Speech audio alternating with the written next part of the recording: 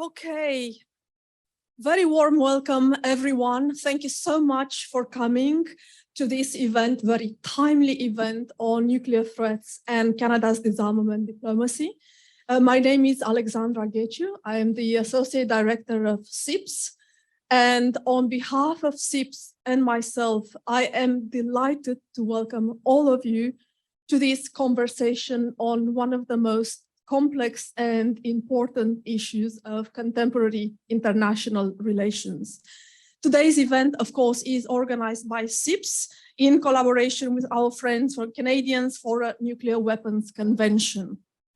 And before we start, I think it's important for us to take a moment and reflect on the nature of times when we are meeting, because of course, in today's world, following Russia invasion of Ukraine, we are witnessing a time of extreme geopolitical tensions and explicit, highly dangerous threats of nuclear weapons use.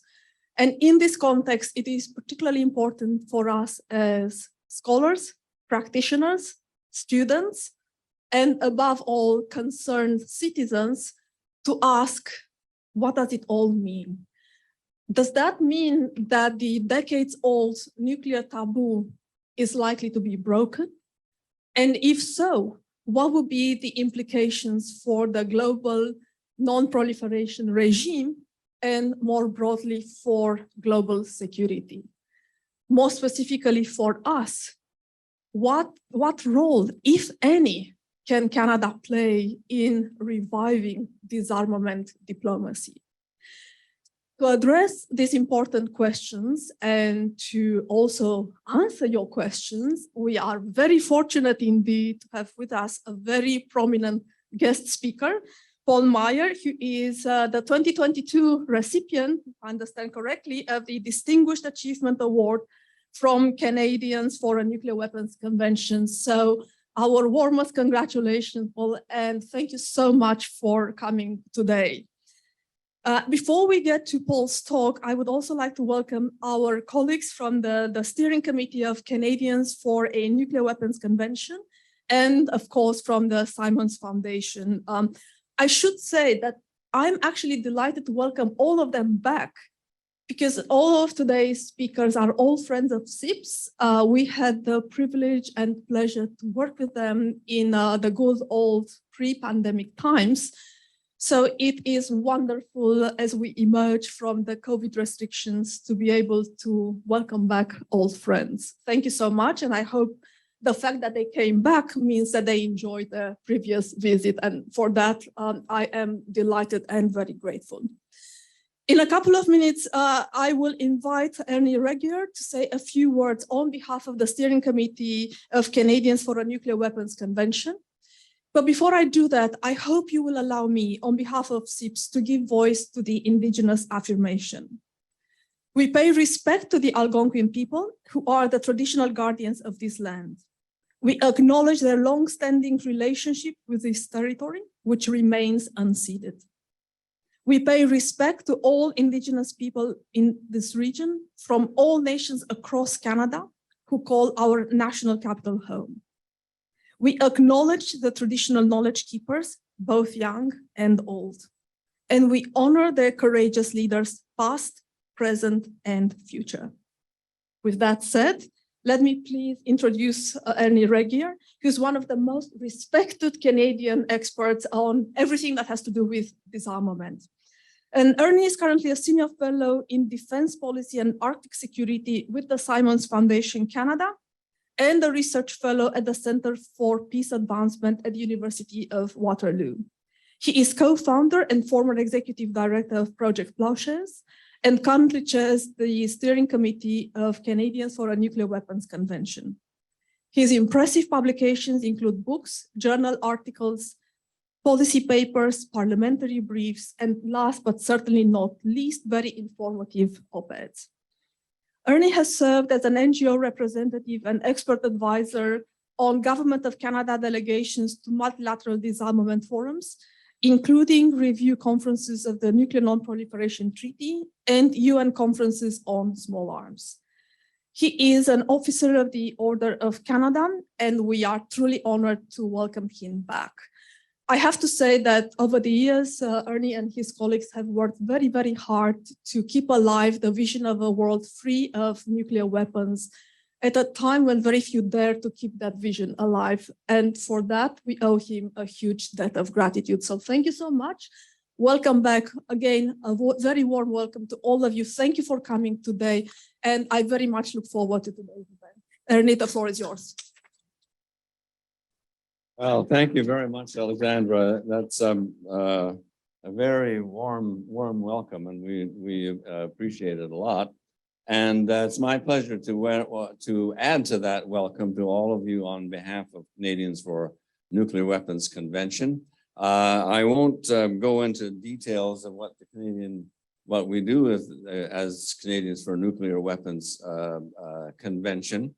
You can talk to me later about it if you want more information. But we're supported by a very large roster of distinguished Canadians, all of and engage with government, engage with civil society and parliamentarians as part of our work. And an important part of our work is to participate in public events like this one.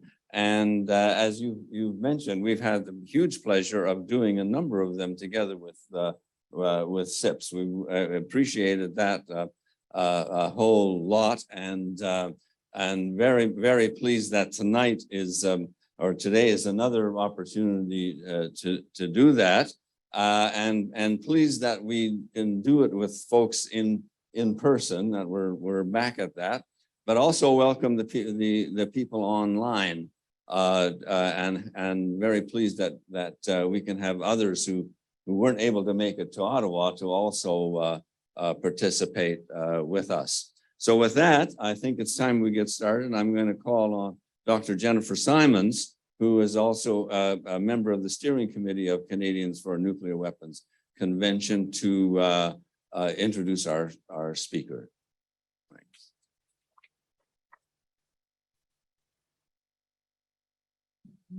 Good afternoon. It's a pleasure for me to introduce Paul Meyer, whom I've known since 2000 when he was Director General for International Security with Canada's Department of Foreign Affairs, Trade and Development. Paul then served as ambassador to the United Nations and Conference on Disarmament in Geneva, and the Foundation worked with him there on space security. And after completing his term in Geneva, he moved to the position of Director General of Security and Intelligence Bureau. And I'm particularly gratified to be introducing Paul because I was in a position to enable his transition in 2011 from government to civil society, for him to undertake a joint position with the Simons Foundation and with Simon Fraser University. As senior fellow, he was responsible for the foundation's portfolio in space and cybersecurity. And at Simon Fraser University, he holds a dual appointment as fellow in international security at the Center for Dialogue and adjunct professor in international studies with the School for International Studies, to which he fully transitioned to in 2019. At Simon Fraser, Paul teaches a course on diplomacy and continues with his admirable and prolific output, writing and speaking on issues pertaining to Canadian diplomacy, nuclear non-proliferation and disarmament, outer space security, and international cybersecurity. As a former Minister of Canada's Foreign Service, Paul's knowledge, expertise, and experience is invaluable because he brings the official perspective to issues, yet goes beyond the state security positions to those of human security in his advocacy for progressive foreign policies. Paul is a leading proponent for Canada's return to its earlier policies and active engagement in Canada's foreign policy issues in space security and nuclear disarmament. He's the past chair of Canadian Pugwash Group, the senior advisor with ICT4 Peace Foundation, a founding fellow of the Outer Space Institute, and a member of Princeton University's International Panel on Fissile Material. He's a widely acknowledged leading figure on the diplomacy of nuclear disarmament, security in space, cyberspace research, and in the field of international relations, and is influential in current debates on international security. So it's an honor to welcome you here, Paul, and to congratulate you on your receipt of the Distinguished Achievement Award from Canadians for Nuclear Weapons Convention. So please come up.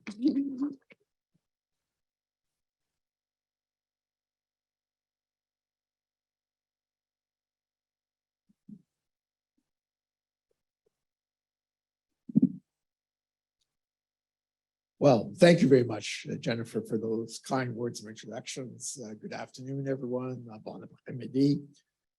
You know, as Alexandra said earlier, we are reflecting on troubling times. And we're experiencing those times, and it reminds me of an anecdote about two men having a conversation, one a pessimist and the other an optimist.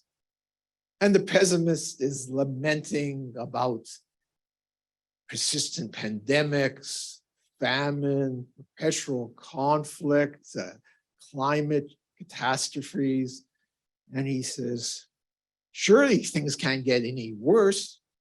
And the optimist retorts, well, sure they can.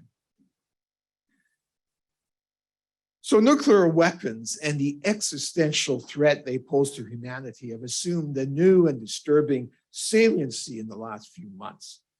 Russia's aggression against Ukraine, accompanied as it is by persistent nuclear saber rattling, and the blatant use of these weapons as instruments of intimidation and coercion, has rudely reminded global society that huge arsenals of these weapons of mass destruction remain. But it could be worse. Humankind could be faced with the actual detonation of a nuclear weapon, demolishing a 77-year-old taboo against their use. Now, as 4 generations have come and gone since the atomic bombing of Hiroshima and Nagasaki, and the mass slaughter those bombings caused, the horrific reality of nuclear weapon detonation has faded from the public consciousness. It helps explain the all too casual commentary in which some are speculating about the possible use of a tactical, so-called tactical nuclear weapon in Ukraine, as if this was just some other explosive device. Many in society seem to have assumed that with the end of the Cold War, the 12,000 odd nuclear warheads in the world somehow disappeared.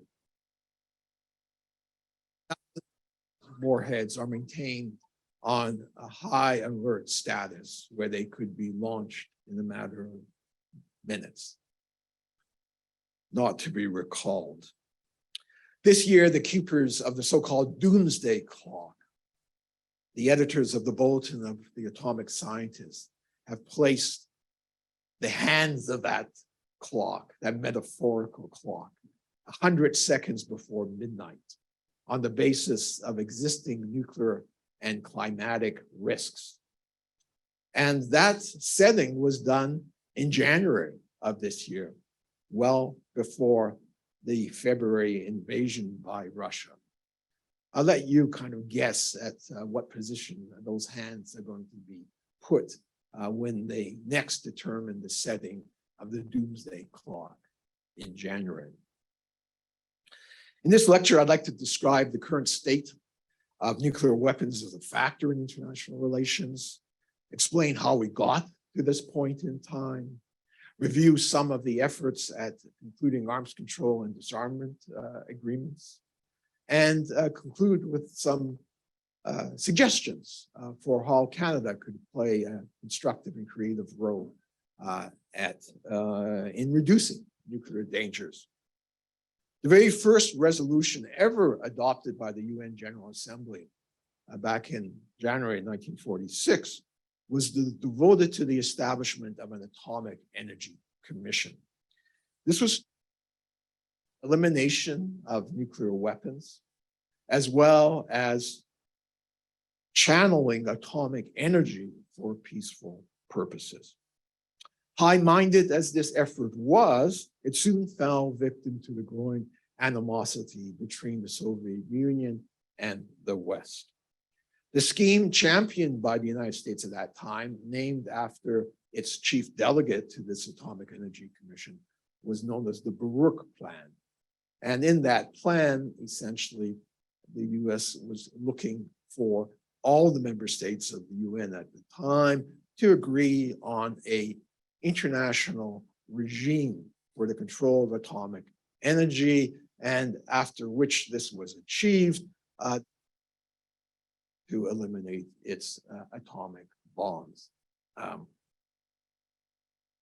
The USSR countered that, well, it would be best for the US to eliminate their nuclear weapons first, and then we could look at this question of an international treaty regime.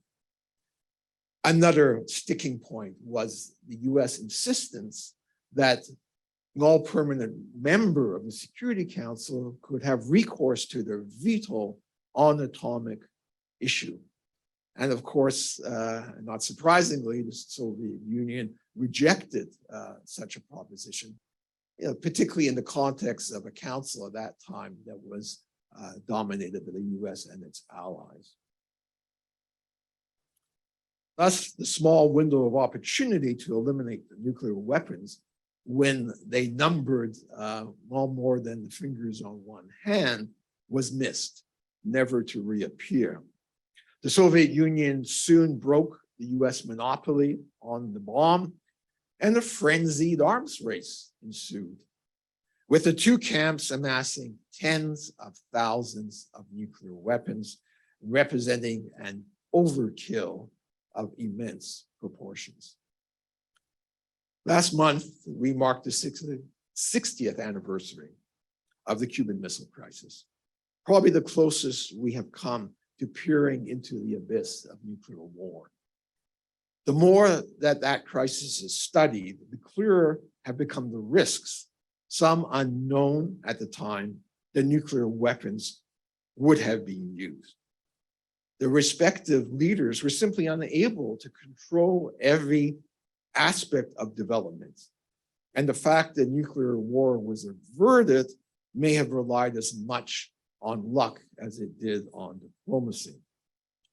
Clearly, this near-death experience had a sobering impact on both Khrushchev and Kennedy, and it provided the impetus for the first post-war arms control measure, the 1963 Partial Test Ban Treaty, that prohibited all but underground testing of nuclear weapons. A few years later, the most important nuclear-related agreement was concluded, the Nuclear Non-Proliferation Treaty, or NPT, which entered into force in 1970 and currently has 191 states parties. It's often referred to as the cornerstone of the global nuclear non-proliferation edifice. It enshrines a tripartite bargain. First, all but the 5 nuclear weapon states at the time of the conclusion of the treaty, namely the US, the USSR, France, China, and the UK, forswore ever acquiring nuclear weapons. Second, the 5 nuclear weapon states commit to negotiations for the early cessation of the race and to effect nuclear disarmament. And third, all states parties vow to cooperate on the peaceful uses of nuclear energy. This framework has largely governed global nuclear affairs ever since, but its discriminatory nature in creating from the onset two categories of nuclear weapon haves and nuclear weapon have-nots, this discriminatory aspect of the treaty has generated ongoing problems. 3 nuclear-armed states, Israel, Pakistan, and India, have stayed outside of the NPT, and 1 state, North Korea, joined, but then in 2003 withdrew in order to openly pursue its nuclear weapons program. The non-proliferation obligations under the NPT were strictly enforced with a dedicated organization, the International Atomic Energy Agency, frequently referred to in the media as the nuclear watchdog, has the delegated responsibility to monitor implementation of those obligations through a series of bilateral safeguards agreements. People don't reflect much on the fact that the disarmament obligations of the treaty has no such dedicated organization, and frankly have largely been left up to the nuclear weapon states to decide upon. Not surprisingly, these states consistently claim that they are fulfilling their Article 6 nuclear disarmament obligations at the NPT review conferences, which are held every 5 years to review the implementation of the treaty. Now, in 1995, it was an important review conference because the original treaty had a 25-year extension, sorry, a 25-year term. So the 95 conference had to decide what to do about an extension. Now, in the event, a decision was taken to extend the treaty indefinitely, in conjunction with sort of a package of decisions, some on specifying specific disarmament obligations, some on strengthening the review process of the treaty, and one relating to an elusive but persistently held goal of a nuclear weapon-free zone for the Middle East. Well, suffice it to say that implementation of these parallel commitments have proven inadequate, and many states now are suffering a bit of buyer's remorse in giving up the leverage that fixed extension terms would have provided.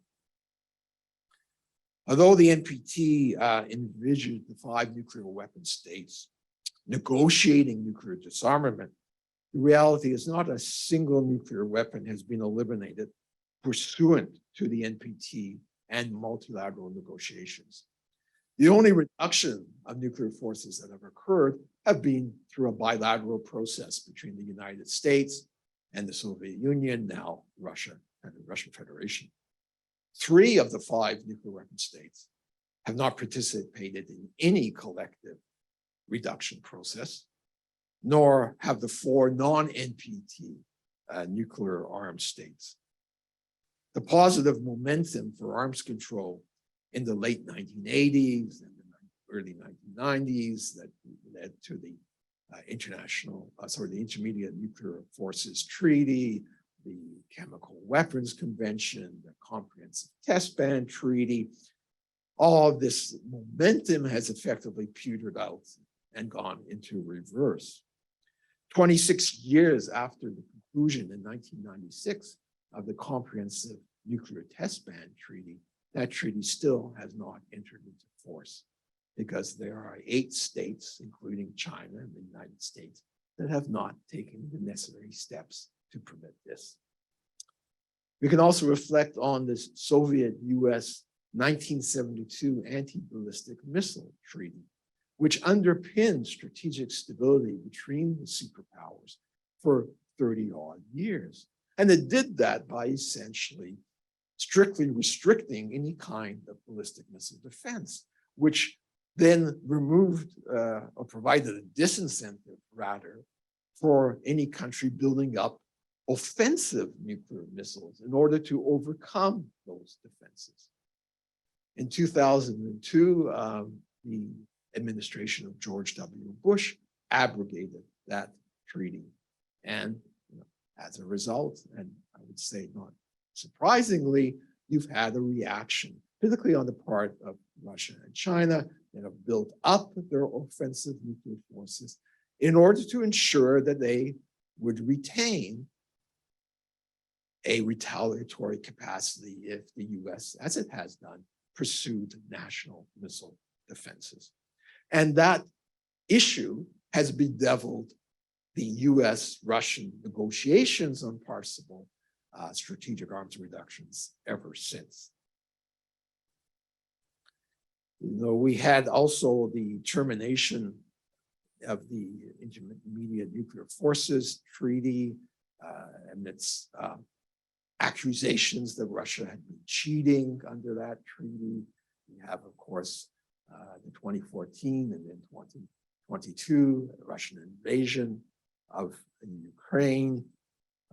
And the sole remaining nuclear restraint treaty is the so-called New START Treaty, which is slated to expire in February 2026. And at the moment, in wake of the Russian invasion, there's no, the strategic dialogue that had been set in motion between the US and Russia is suspended. And there is no current talks on developing a successor agreement to this New START Treaty, even though ostensibly both parties say that that's their intention. The current geopolitical tensions and the return of military aggression against a sovereign state in Europe has led the US and its nuclear-dependent allies to stress nuclear deterrence rather than nuclear disarmament as the path forward. China and India alone among the nuclear weapon possessing states have declared a no first use doctrine. That is essentially that they would only resort to using nuclear weapons if they were attacked by nuclear weapons. The others have adopted a so-called strategic ambiguity doctrine, suggesting that nuclear weapons could be employed first and against a variety of non-nuclear strategic attacks. These could cover almost anything from a major cyber attack to some attack against critical infrastructure. So if some of the most powerful states in the world still cling to nuclear weapons for a broad range of scenarios, is it any wonder that other states may wish to acquire these same weapons and avail themselves of the supposed security benefits ascribed to nuclear weapons by those possessing them? We could be facing an era of nuclear proliferation. The doctrine of nuclear deterrence essentially rests on the capacity to deter hostile action on the part of an adversary by threatening retaliation via the aptly named acronym MAD for mutual assured destruction. The effectiveness of nuclear deterrence cannot be empirically determined, nor is it possible to demonstrate all of the risks inherent in the existence of the existing nuclear forces. There is, however, ample evidence of close calls of nuclear weapon-related accidents as a result of human and/or technical errors. Some have suggested that the reason we have not experienced a nuclear weapon detonation to date has to do more with sheer dumb luck than it does with human ingenuity. Responsible nuclear rhetoric recently voiced by President Putin is playing with fire and underlines the danger of nuclear-armed autocracies, which have no checks on the dictator's will. Putin's cynical rhetoric should not blind us, however, to the nuclear threats issued by other leaders in recent years. Remember the fire and fury like the world has never seen that former President Donald Trump threatened against North Korea, by his boast that his nuclear button was bigger than that of the North Korean leader. And Besides Trump, just reflect on the following leaders of nuclear armed states, several of whom are still in power: Vladimir Putin, Xi Jinping, Narendra Modi, Boris Johnson, Bibi Netanyahu, Imran Khan, and Kim Jong-un. Hardly paragons of sobriety and prudence. What would be their reactions in a crisis situation? What certainty can we have that under pressure, real or perceived, a leader might not have recourse to the nuclear weapons they possess? There's greater certainty that once a nuclear weapon has been used, subsequent escalation will elude efforts to control it. As President Biden has recently warned, the situation once the nuclear threshold has been crossed could quickly rise to Armageddon levels. Dissatisfaction with the NPT-centered regime for global nuclear non-proliferation and disarmament has been growing for some time on the part of non-nuclear weapon states. Not only had the 5 nuclear weapon states made scant progress on their nuclear disarmament obligations, they are all engaged in multi-year, multi-billion-dollar modernization programs of their nuclear forces, indicating their intention to retain those forces for decades to come.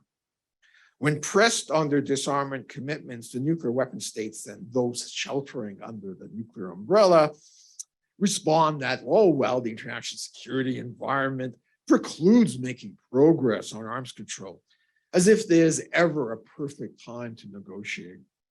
Let us recall that most of the major arms control agreements were concluded during the intense ideological and armed confrontation of the Cold War.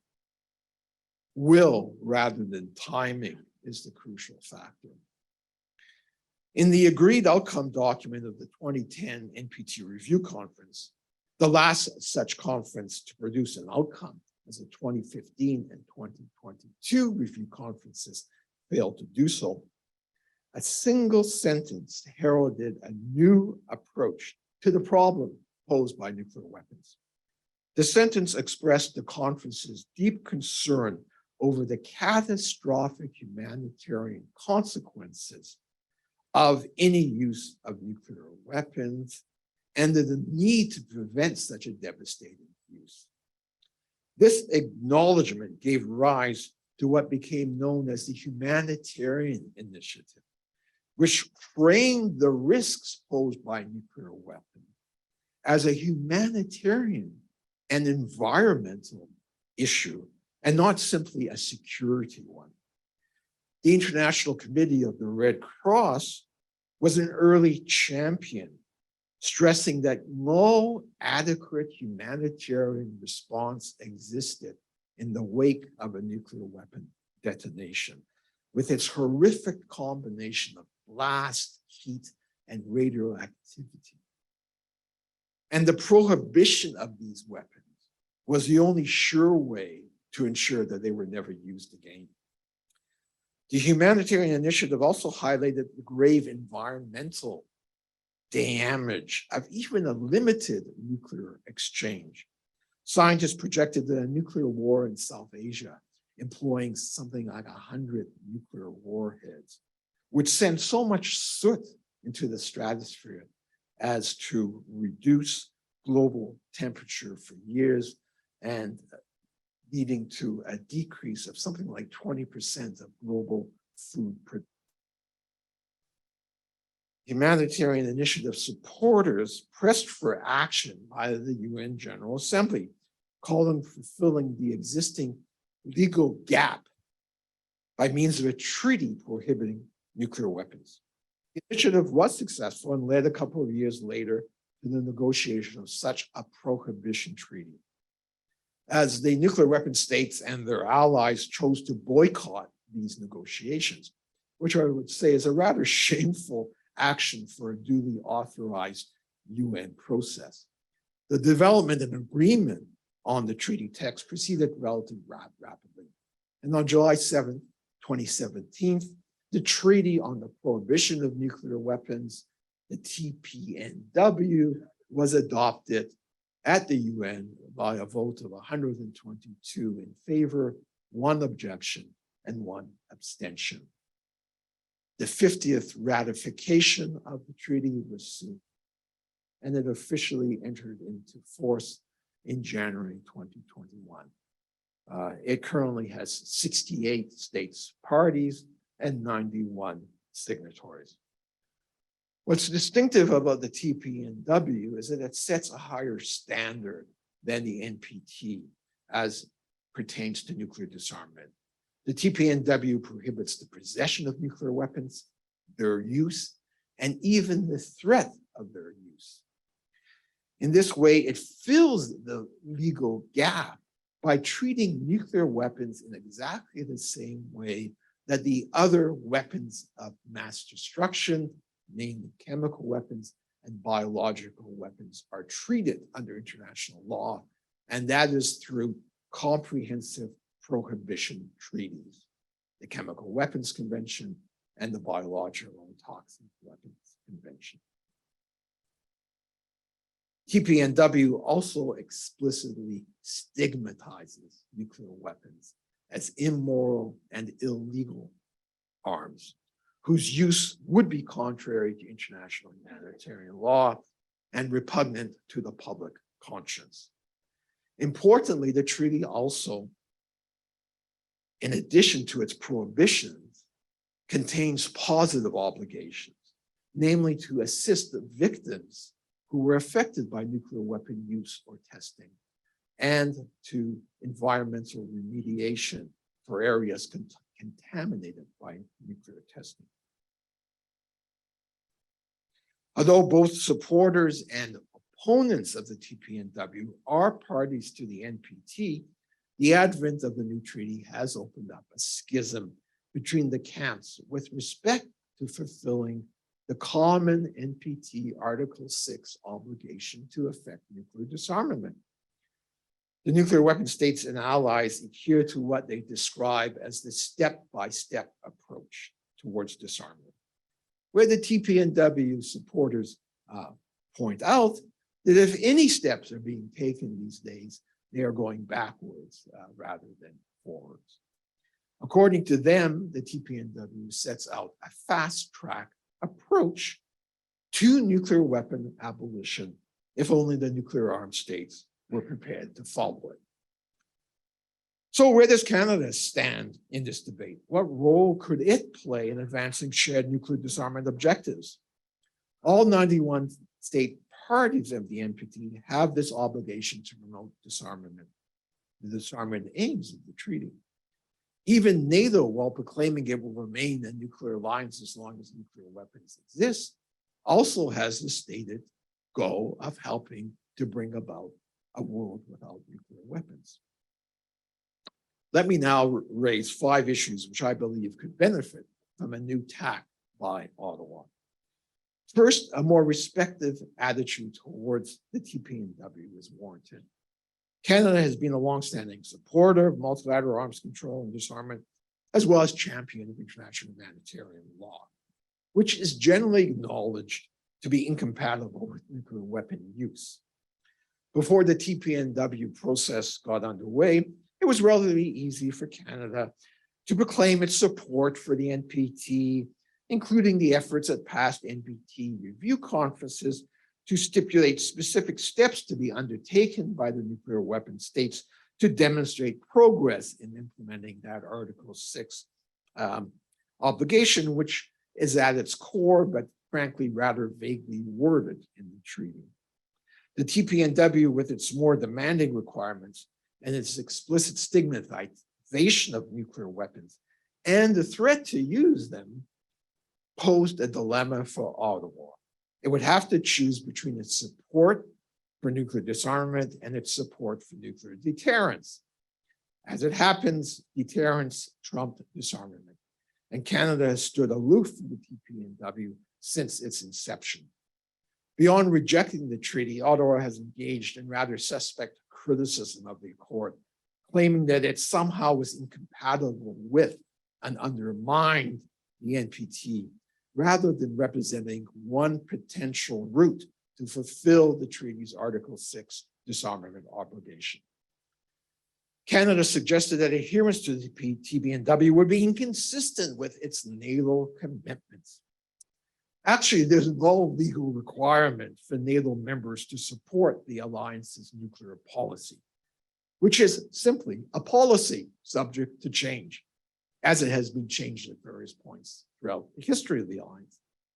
In fact, over the years, several NATO members have dissented or reserved their position on various aspects of nuclear weapon-related issues without imperiling their alliance membership, which, let's get real here, after all, is dependent on common values and interests rather than subservience to any particular weapon system.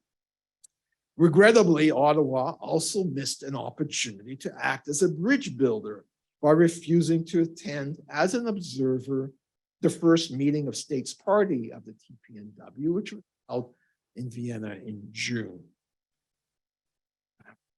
Despite the fact that many voices in civil society urged the government to participate, but it refused, mumbling about NATO commitments, even though fellow NATO member states like Belgium, the Netherlands, Germany, and Norway all managed to attend that meeting as observers, as well as the US ally Australia. As a sovereign state, Canada, of course, has the choice and indeed the prerogative whether or not to sign up to any international agreement. But it doesn't exactly burnish your good multilateralist credentials to snub those that you have some disagreement with. Second, Canada should be more active in shaping NATO policy on deterrence and disarmament. How NATO develops its nuclear policies will have much significance for the future security landscape. In June 2018, the House of Commons Standing Committee on National Defense unanimously adopted a report on NATO, Canada and NATO, with a number of recommendations. One of those recommendations focused on nuclear threats and reads in part, and I quote, that the government of Canada take a leadership role within NATO in beginning the work necessary for achieving the NATO goal of creating the conditions for a world free of nuclear weapons. That this initiative be undertaken on an urgent basis in view of the increasing threat of nuclear conflict. It goes on, but that's the core element. And this again is summer of 2018, unanimous report. As many of you may know, when the parliamentary committee provides a report, there's an obligation on the government to submit a reply, which it duly did in October of 2018. And it said it agreed with the report. Agreed with the recommendation, but gave no indication as how it intended to carry out this initiative. Indeed, subsequently, there was complete radio silence regarding what Canada was advocating within NATO councils as part of the review of the alliance's chief policy document known as the strategic concept, and no evidence that it had acted upon the parliamentary direction. This strategic concept was duly adopted at the June 2022 Madrid summit of the alliance and largely reiterated the status quo as far as nuclear matters was concerned. An alternative tack would have had Canada encourage the alliance to adopt a null first use doctrine as a way of reducing nuclear risks and the role of nuclear weapons in security policies by strictly limiting the circumstances when their use could be contemplated. Third, Canada could take more of a leadership role in cooperating with other like-minded states to promote disarmament goals. Canadian capacity for leadership on disarmament files has been in decline for some time. The era when Canada was instrumental in concluding the Ottawa Convention, banning anti-personnel landmines, and will be marking the 25th anniversary of that conclusion in a week's time, is now, alas, a distant memory. The activism was supported by the Department of Foreign Affairs Verification Research Unit, which generated innovative solutions to a variety of verification problems. And I'm pleased to note that Gord Vachon, who was a member of that unit, is in our audience this evening. And there was a program that drew upon Canadian non-governmental expertise via commissioned research assets that were terminated years ago. Currently, we're more likely to be followers on international security initiatives that others are leading. An example is the 16-nation Stockholm Initiative on Nuclear Disarmament, a Swedish initiative to mobilize non-nuclear weapon states to strengthen the NPT in the run-up to the 10th Review Conference, which was held in August. The Stockholm Initiative has held 6 ministerial level meetings since its inception in 2019, and none of these was Canada represented at the ministerial level. I believe it was Woody Allen who said that 90% of success is just showing up. And we should heed this advice. Even more appropriate would be for Canada to offer to host a Stockholm Initiative meeting and provide a further impetus to its work. Fourth, it is time for Canada to take a new tack on a long-standing disarmament goal. This is the Fissile Material Cutoff Treaty, pardon the acronym FMCT. Again, an agreed objective of all the NPT states for many years, which envisages a ban on the production of fissile material, enriched uranium and plutonium, which are the essential ingredients to fashion a nuclear weapon. Canada has traditionally had a lead role in promoting this envisioned treaty, on which it has expended considerable time and energy. All of the 5 nuclear weapon states have said they support this treaty, although there remains major questions relating to its scope, chiefly whether existing stockpiles of fissile material, as well as future production, would be restricted. Canada has led on several expert studies of key issues relating to the Fissile Material Treaty, issues which, in my view, will need the pressure of actual negotiations to resolve. But for all the lip service paid to immediate commencement of such a negotiation, it has never seen the light of day, not one day of negotiation. And this is a result of Canada, along with several other states, insisting that negotiations of the FMCT can only occur in the 65-nation Conference on Disarmament in Geneva. A body that operates under such an extreme version of the consensus rule has not been able to agree on and implement a program of work for over 25 years. To continue to confine any negotiation to this moribund forum is to effectively bury it. Those who seriously wish to advance multilateral disarmament negotiations need to do so via authorization by the UN General Assembly, which makes its decision by majority vote, and therefore can't have its work stymied by the de facto vetoes of 1 or 2 states. For Canada to repeatedly tie the initiation of negotiation of a fissile material treaty to the Conference on Disarmament recalls Albert Einstein's definition of insanity, which was to do the same thing over and over again and expect different results. It is persisting in this diplomatic folly is no credit to past efforts and undermines, frankly, the credibility of multilateral disarmament forums altogether.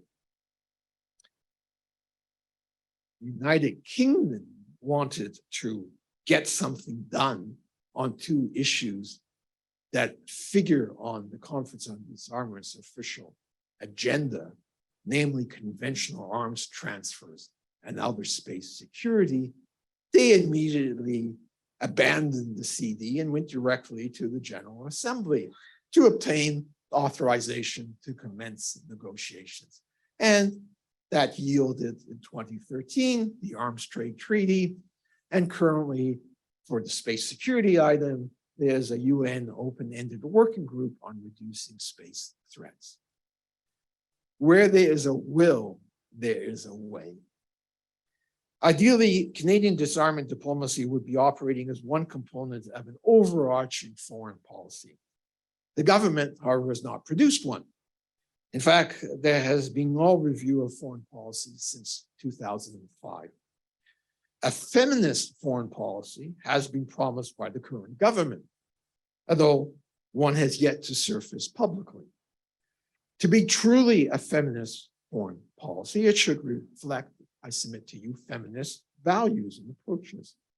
It is fair to say that threatening under certain unspecified conditions to use a weapon of mass destruction that would incinerate men, women, and children without distinction is antithetical to those values.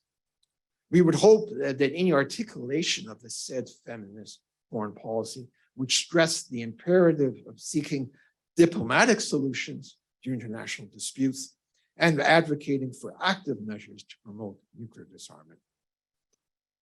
Finally, Global Affairs Canada should revive a regular consultation with civil society on disarmament issues.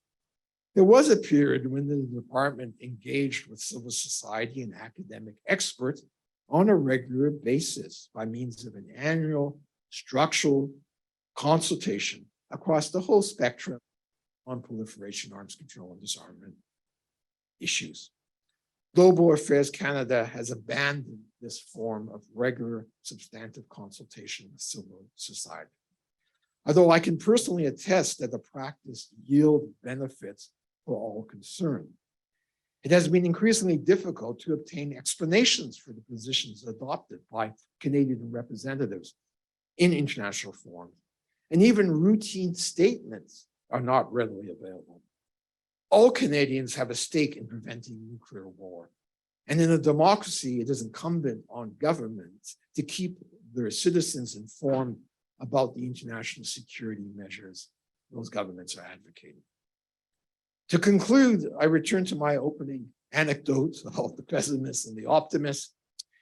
It is important to be clear-eyed in assessing the threats, nuclear and otherwise, that could endanger our security.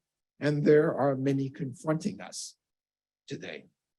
At the same time, I want to stress that as a former diplomat, I remain a professional optimist and believe firmly that with an application of pragmatism and resolve, the nuclear demons can be kept at bay and eventually eliminated. It is time for Canada to reinvest in its nuclear disarmament diplomacy and help bring us all closer to that world without nuclear weapons that humanity aspires to. I thank you for your attention.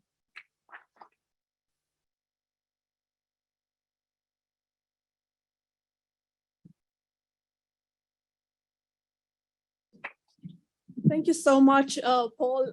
It's been an extraordinary tour de force. So thank you for giving us so much food for thought. Thank you for inspiring us, and thank you for remaining an optimist. It means a lot to us, and it gives us hope in these dark times, which we very much appreciate.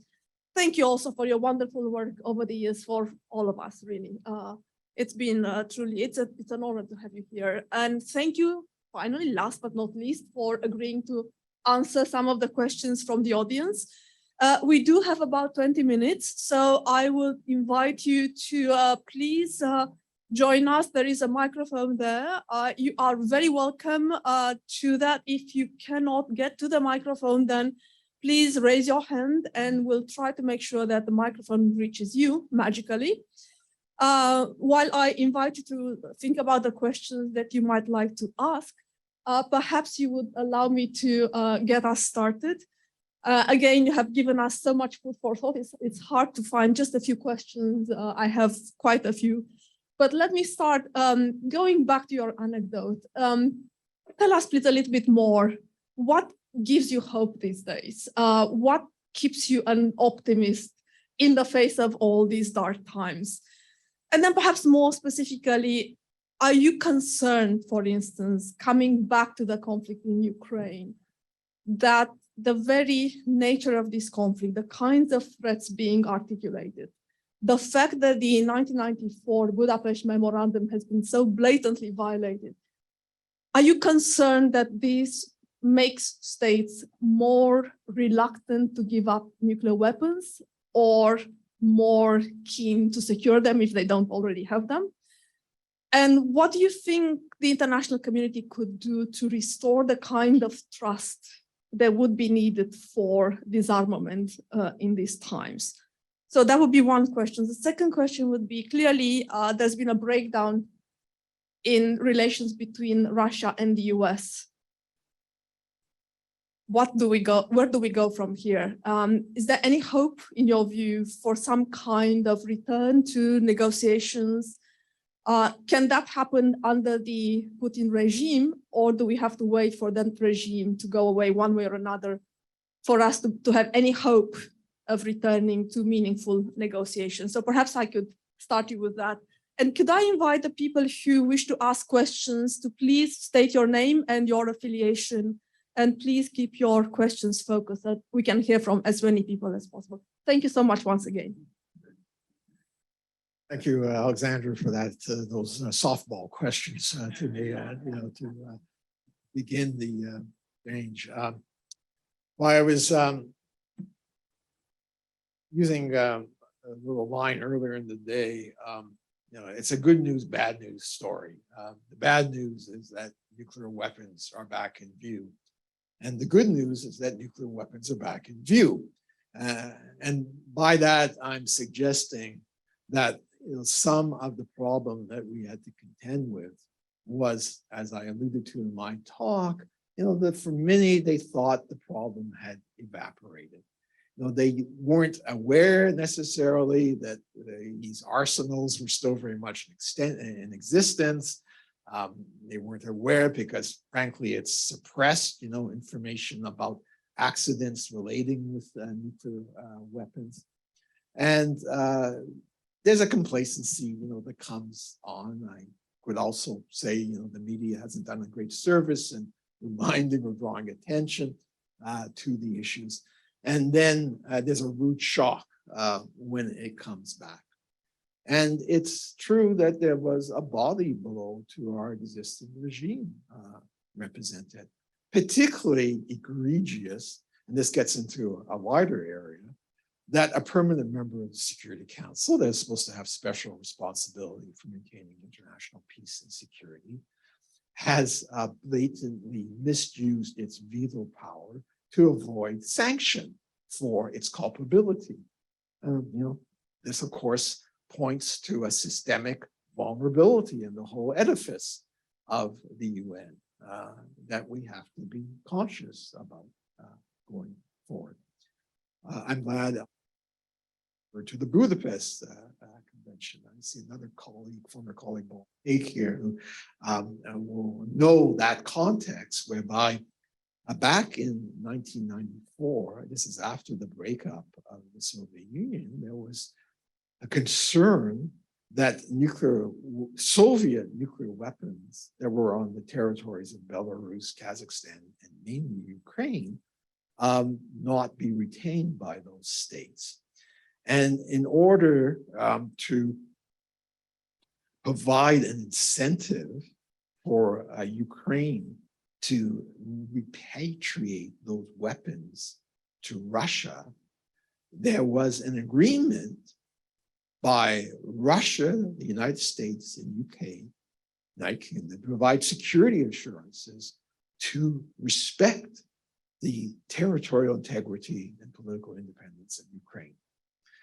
So clearly, in 2014 already, we had the Kremlin in a gross violation of that commitment. And I remember the time they, the spacious kind of reasoning, it wasn't legally binding and it was only, political expression of the time.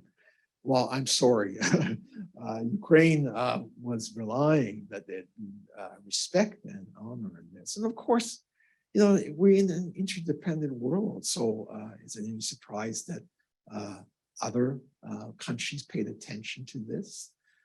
Maybe North Korea said, what point is it for us to give up our nuclear arsenal in return for some international compact, which can be violated at the caprice of any one of those governments. And we had, a similar, of course, the situation with Iran, which, as you know, has had a problematic nuclear program. It's for 20 years, the IAEA in Iran have, been playing kind of cat and mouse games in which there were lingering suspicions about whether Iran had covert nuclear weapon development program. And, part of the effort to, in a sense, provide some constraints on the remaining program under strict limits and monitoring was the so-called Joint Comprehensive Plan of Action of 20. And again, hardly reassuring, a few years into the administration of Donald Trump, that carefully negotiated agreement and was 6 parties to it, all the 5 nuclear weapon states, permanent members of the Security Council, plus Germany, plus of course Iran. Donald Trump, basically out of spite, I don't think you can find a real credible other rationale than that agreement was associated with his predecessor, Barack Obama. He withdrew from it. And here again, what bad lesson does that have for others, particularly in North Korea? If we enter an agreement, and this was a complex agreement, and I say with very strenuous terms, stringent terms, if the caprice of one leader is just to walk away, and of course the United States had a big role to play. And they haven't, even though Joe Biden would like to put the agreement back together again, there's a dumpty on this, and I'm not sure it's ever going to be achieved. So yes, those are our problems. But here's my optimistic side. I think they're not problems that creative diplomacy cannot overcome.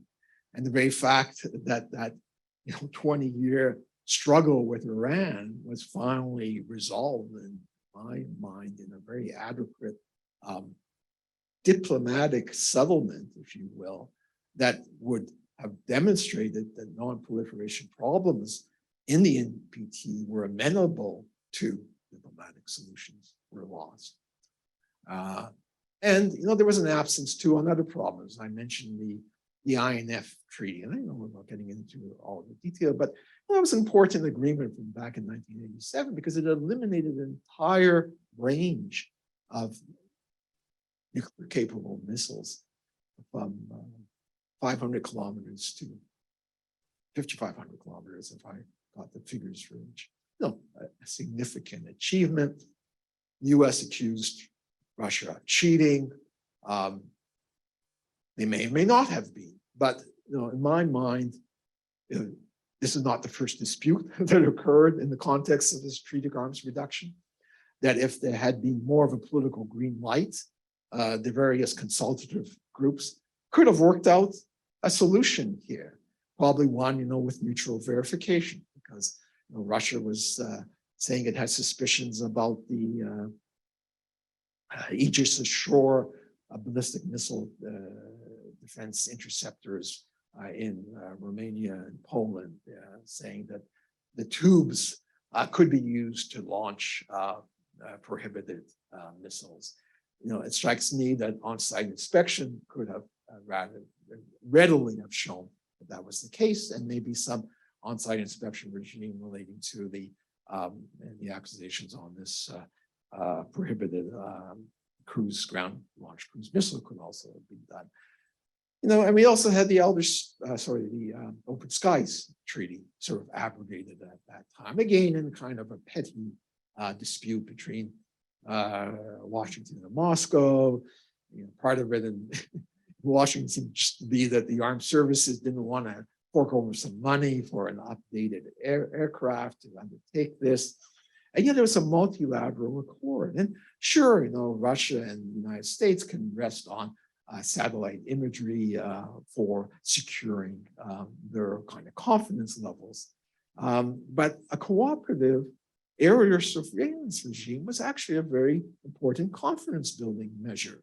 No one that the 34 other, I think, states parties value, many of whom do not have access to that sophisticated satellite imagery.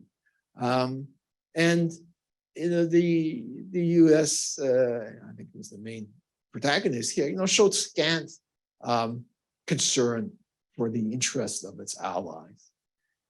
Something where I would have liked, again, Bob Hagel will recall this, that Open Skies Treaty was essentially championed by Canada and Hungary at the time.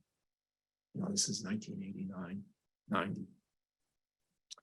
And as far as I know, we were silent about this, you know, not speaking up, you know, that, you know, maybe this treaty merited saving, and we would urge, you know, responsible reactions. And by the way, you know, here's a special meeting we're prepared to host to see if we can work out some of these practical differences. You know, it was all quiescent.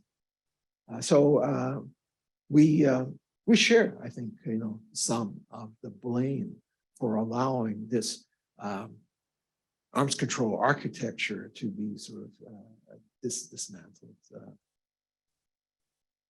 A similar effect with the JCPOA. Sorry, I may have drifted apart. I've been back to Ukraine. You know, I think the question's on many minds as well. You know, is you know, Putin going to be crazy enough to use a tactical nuclear weapon? And on that front, though I think, you know, the man has suffered from buying into illusions of imperial grandeur, you know, as Peter the Great Mark II, and has the shortcoming of many a dictator of surrounding themselves with sycophants who are only going to tell him what he wants to hear rather than what he should hear, that he still remains something of a rational actor. And a rational actor is not keen to go down the route of breaking that 77-year nuclear weapon use taboo, which is there for good reasons, in part because we enter into uncharted waters once that threshold is crossed.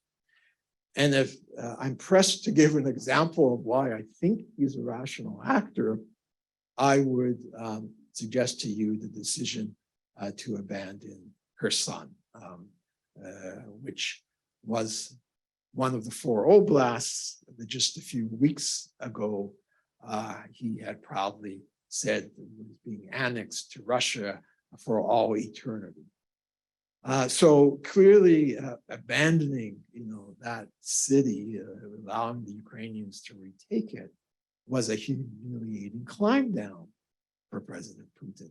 But he had enough, I would suggest to you, rational capacity still, that he realized that there was a greater risk of trying to hold on, that would have been leading a more humiliating defeat of Russia, that unlike Adolf Hitler, he wasn't going to insist that the Sixth Army stay in place outside of Stalingrad.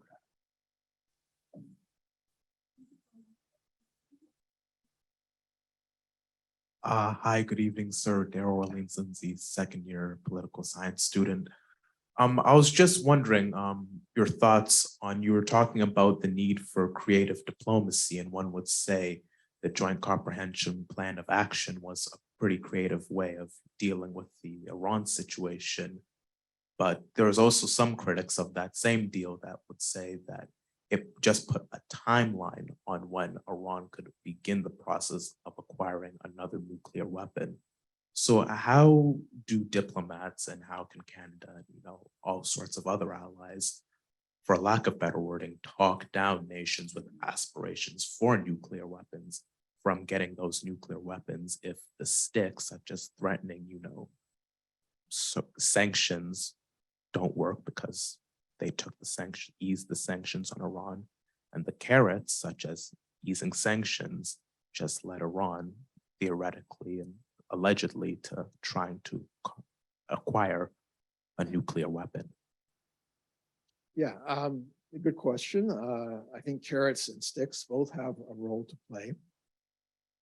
I would submit, though, I was never convinced that Iran wanted to acquire a nuclear weapon.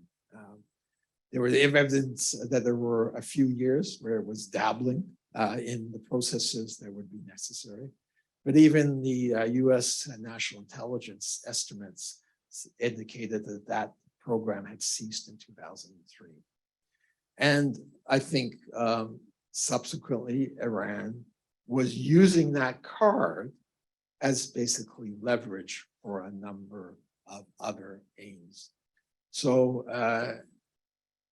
the intent in the end is also very important. And I think there may have been an appreciation by Tehran.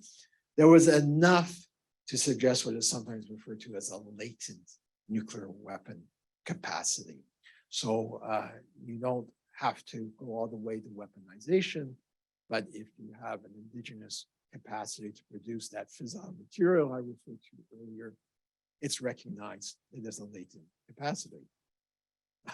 And it exists elsewhere. You people know that Japan is sitting on tons of plutonium, ostensibly for civilian use, but could readily apply to a nuclear weapon program if that country ever decided to go in that direction. So I think there's a need to look individually at each case, ideally to use some of that creative diplomacy to convince a wavering state that it's not in their interests to go down that route. And we need to be, I think, more alert to that, more proactive, less maybe complacent. And the dynamics are clear. Part of the concern about Iran was the view, if it emerged with such a capacity, that it could prompt its regional rivals to also go down that route. Saudi Arabia, Turkey come to mind. So I think you need both, but you need to be operating an early warning system and be prepared to intervene, and not assume to leave it up to the nuclear weapon states to somehow sort it out themselves. There's a role for middle powers on this.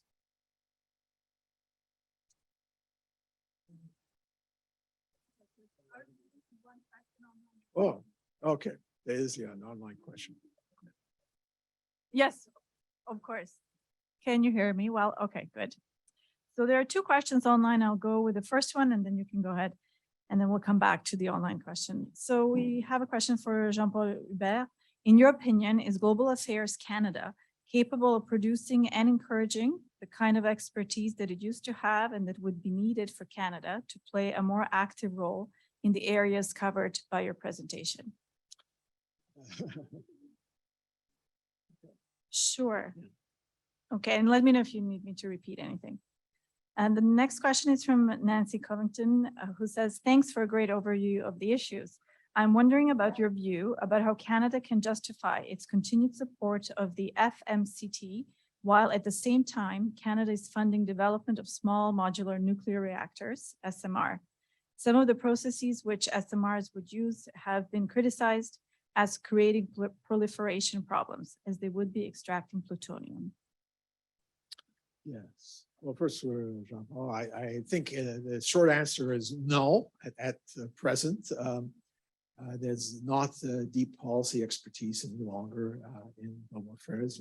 Very capable, well-meaning individuals, but collectively, there's not a lot of heft any longer. I did mention in my talk the disappearance of certain capabilities that we once had that underpinned the kind of global leadership that we played.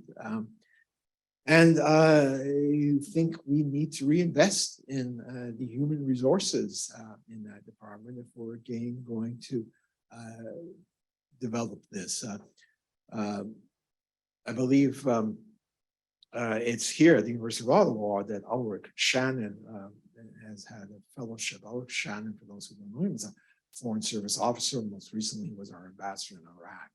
And he took a year's leave of absence, and he very productively produced a report during that time, really describing the degree of specialization within services. And it was a comparative approach. He looked at Canadian experience, but also extensively at peer countries like Australia, France, the UK, but also adversaries in the sense of China and Russia. And frankly, they all do better on the specialization route, that they invest in, spend a lot of time on language capability, which is important in part because of the metrics are available. You can sort of find that data more regularly than, let's say, on diplomatic capabilities, policy knowledge. But the theme clearly was that specialization has been downplayed and indeed almost denigrated. That kind of expert knowledge of a given region or given functional area and it's been replaced by so-called manager-journalism, which sort of reduces the role to being able to manage budgets and groups, and no longer sees preeminent role for a senior official, let's say at Global Affairs, to be knowledgeable about anything in particular, a substance, a subject expertise, subject matter expertise, and therefore to act as the chief policy advisor to a minister, for example, on those areas. So I think there is some related recognition. Some of you may know that the Senate Foreign Affairs Committee has launched a study of Canada's foreign service. It seems to have maybe sparked, perhaps embarrassed within Global Affairs Canada, the minister, Madame Jolie, to initiate a kind of internal review. And that theme has come up quite regularly. I mean, just to cite, one example, the comparative advantage, and I say this as a former Foreign Service officer, what's the Foreign Service's comparative advantage to the public service?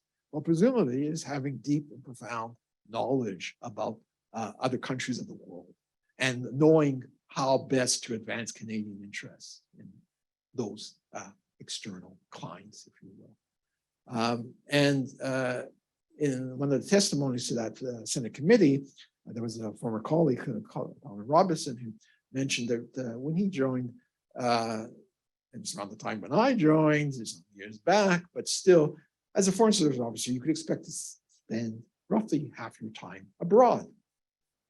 And he said that by the time that Peter Carter in the early 2000s was the deputy minister, that had declined down more like to 25%. And today, in making his testimony, he says it's currently at 18%. So if 82% of your foreign service cadre is actually hanging around Ottawa, no wonder that you may have diminished knowledge and policy capacity to offer up in terms of helping to inform Government of Canada policies. And let's be realistic. It's the minister and his or her staff pick up on that and begin to look elsewhere for their advice. On small modular reactors as a proliferation problem, this is an element that needs to be concerned.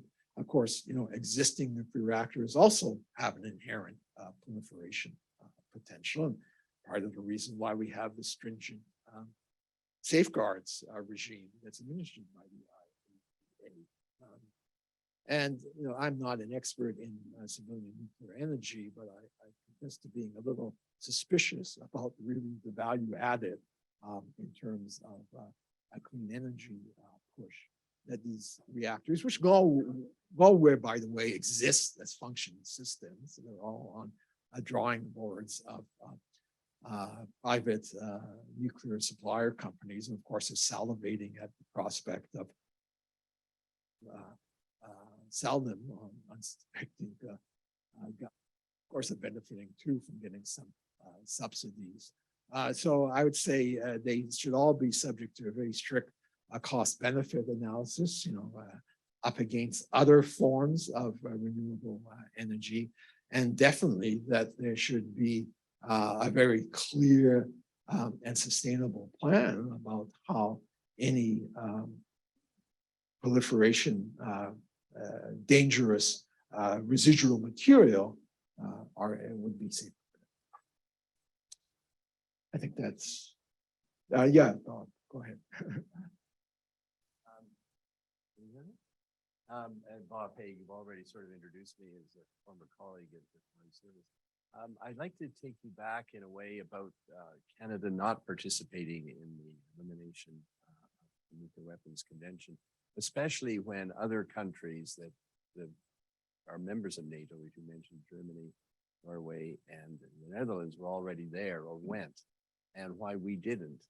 And this takes me back in a way to my youth and the 1962-63 elections, when the Diefenbaker cabinet was divided over the question of nuclear arms in Canada. And they got a minority government, and the Liberal government allowed these nuclear arms to come into the country. We're also part of NORAD as well, which means it's another part of a military alliance. I'm wondering if you could speculate as to when you consider Canada's involvement in denuclearization or no nuclear arms at all, whether the consideration is it's just not worth upsetting the United States over something like that. Yeah, thanks. Thanks, Bob. And clearly, there's always an eye on reactions in Washington. But I would add, of course, Washington is important for other NATO allies too, and they found it's still in their interest to participate in this new process, albeit as observers. I mean, none of them have signed on to the treaty, but I think they have generated some kudos as a result of showing that they were respectful for a group of fellow NPT state parties that frankly got tired of the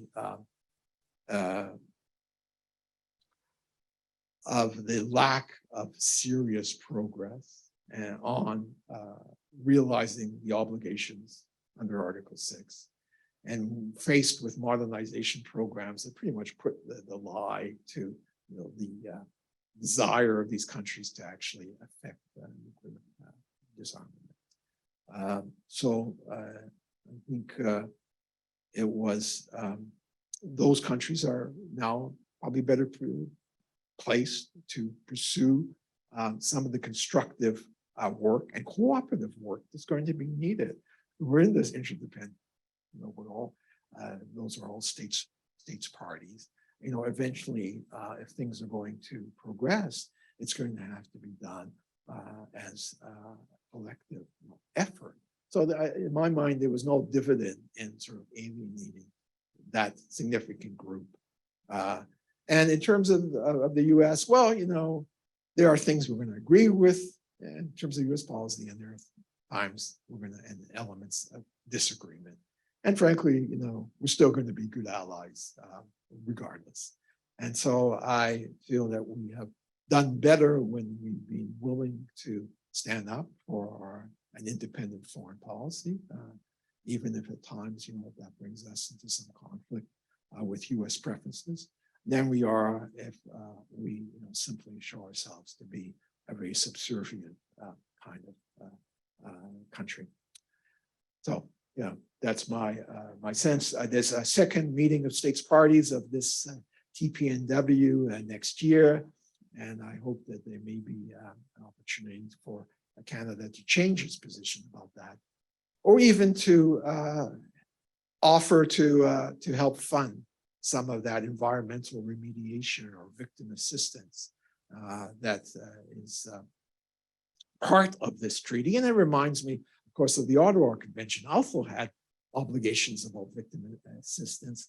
And even countries like the United States that up to now refused to sign on to the treaty still contributed significant amounts of money to achieving those kind of demining and other victim assistance programs, which they realized were important in many cases for developing countries.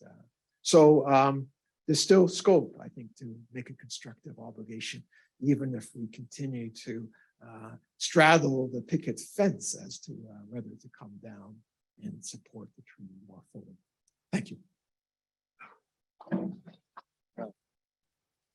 Thank you, Paul. Yes, let's. Thank you, Paul, for a terrific lecture, and for showing us ways in which there still is time to take constructive action, and for a country like Canada to become re-engaged more effectively. We and Canada at large will continue to rely on your wise counsel and your challenges to us. Thank you so very much, and thank you, Alexandra, for moderating this session, and thanks to all of you for coming. And now we're in for a treat. There's a reception and some food and some drink that we should that you should all feel free to partake of.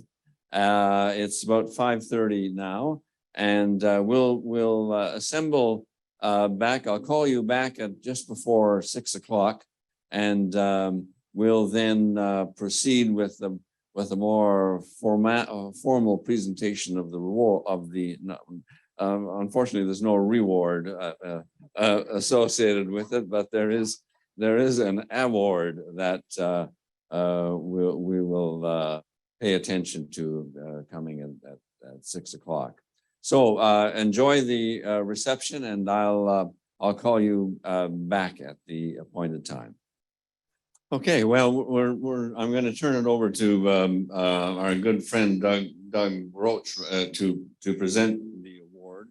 But I just wanted to remind you that CNWC has been making these awards essentially since 2011, I think. 11 was the first time, and we've missed one or 2 years in the process. But it's and Doug may be saying something about this, but we consider it an important means of recognizing the contributions that people have made to the pursuit of nuclear disarmament, and also letting the community know of the kind of work that all of us do, and some of us in more outstanding ways. With the Jennifer Simons is one of the recipients who's here, and yeah, Debbie and Fergus, and I shouldn't have started naming because I will have left someone out, but it's an important way to celebrate the contributions of individuals, but also to celebrate the importance of the work of the community that's engaged in this. And we're really pleased that, as usual, we have an outstanding recipient this year. And I'll turn to Doug to get it started. Thank you, Ernie. Well, Paul brought us optimists and pessimists, and I was glad to note that you concluded your remarks on, by returning to the optimist, Paul. Another way of looking at this is that some people think that all of us here in this subject are idealists. And usually when I hear that word, I don't think they mean it as a compliment. But I maintain that we are the realists. We are the real realists. We know what this subject is all about. So it's true that, as Paul noted in his comments before he came to the recommendations for Canada, that it's not a lot of cheery news in nuclear disarmament these days, but there are shining moments, and we ought to celebrate them. And this is a moment now when we're going to present the 2022 Distinguished Achievement Award to Paul Meyer. About a decade ago, Canadians for Nuclear Weapons Convention inaugurated an annual award to those who have made outstanding contributions in the pursuit of nuclear disarmament. We did this in order to recognize individuals who have demonstrated leadership in moving forward the elusive nuclear disarmament agenda, and also to encourage those who toil day by day to prod the Canadian government to fulfill its moral and legal obligation to contribute to the development of a nuclear weapon-free world. Paul Meyer has bridged the worlds of both government service with distinction and civil society advocacy. He has the rare achievement of being an experienced and successful career diplomat, including serving as Canadian ambassador to the UN and the Conference on Disarmament in Geneva, and then a highly effective and respected civil society leader. As you heard, Paul has had numerous diplomatic assignments in Oslo, Moscow, Brussels, NATO, Washington, and Tokyo, as well as in Geneva. And throughout his career, he sought to promote international security and conflict prevention by means of creative diplomacy. Currently, he's a fellow in the International Security and Adjunct Professor of International Studies at Fraser University. He teaches a course on diplomacy at Simon Fraser University's School for International Studies, and he's a past chair of the Canadian Pugwash group. He has many accomplishments in both in all his posts. So we're really proud to give this year's award to Paul because both the government of Canada and civil society have benefited from his lengthy diplomatic experience and detailed knowledge of multiple treaties and their operation. Who better to pay tribute to Paul than his former colleagues in the government? Marius Grignus, who's here with us tonight, he succeeded Paul in his post in Geneva, and Marius says that, I quote him, as a distinguished and long-serving advocate for disarmament, Paul continues to contribute with passion and energy to ongoing nuclear and other disarmament efforts. Another of Paul's colleagues is here, Anne Pollock. Anne Pollock says a highlight of working with Paul in Geneva was on the NPT, especially his efforts to overcome the NPT's institutional deficits. His statement at the end of the 2005 review conference is a masterpiece, said your colleague Anne.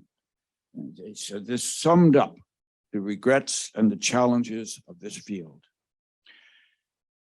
Michael Manuluk, who's the author of Change in Global Environmental Politics, and he's a professor at Carleton University, says, I consider Paul to be among the leading public voices on all things disarmament and proliferation in Canada, non-proliferation in Canada. His perspective and leadership in this field are so badly needed. So, Paul, I don't think that I can add to the praise of these distinguished experts and advocates. It's really an honor for me.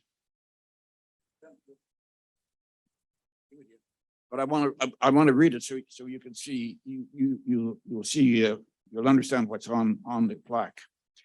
Canadians for a Nuclear Weapons Convention 2022 Distinguished Achievement Award presented to Paul Meyer in recognition and deep appreciation for outstanding diplomatic and civil society leadership on nuclear disarmament, Ottawa, Canada.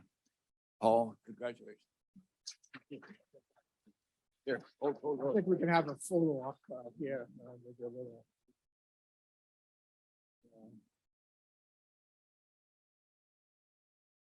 Great.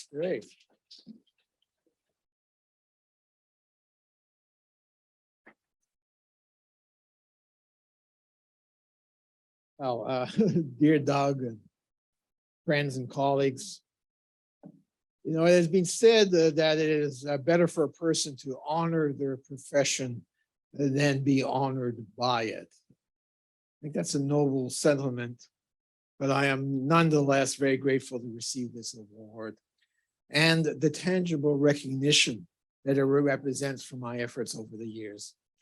Coming as it does from the leaders of Canadians for a Nuclear Weapon Convention, it's all the more precious as these are individuals who have invested their energy and their intellect over decades in the pursuit of disarmament.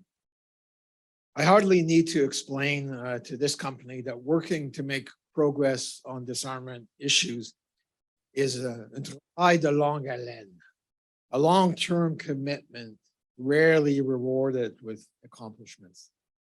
While I am much honored to receive this Distinguished Achievement Award, I wish I could point to more distinction and greater achievement on my part. I think back on my time in Geneva as Canada's ambassador to the Conference on Disarmament. The conference held its meetings in the majestic council chamber of the Palais des Nations in Geneva, which is adorned with striking black and gold murals by the Catalan artist Josep Maria Sert. His art depicts humanity's struggle for peace and the swords into plowshares theme. I confess there was many a time while some representative took the floor to drone on why progress on any of the conference's 7 agenda items was not possible, that I sought some solace in gazing up at those murals and recalling how the images reflected the aspiration of people everywhere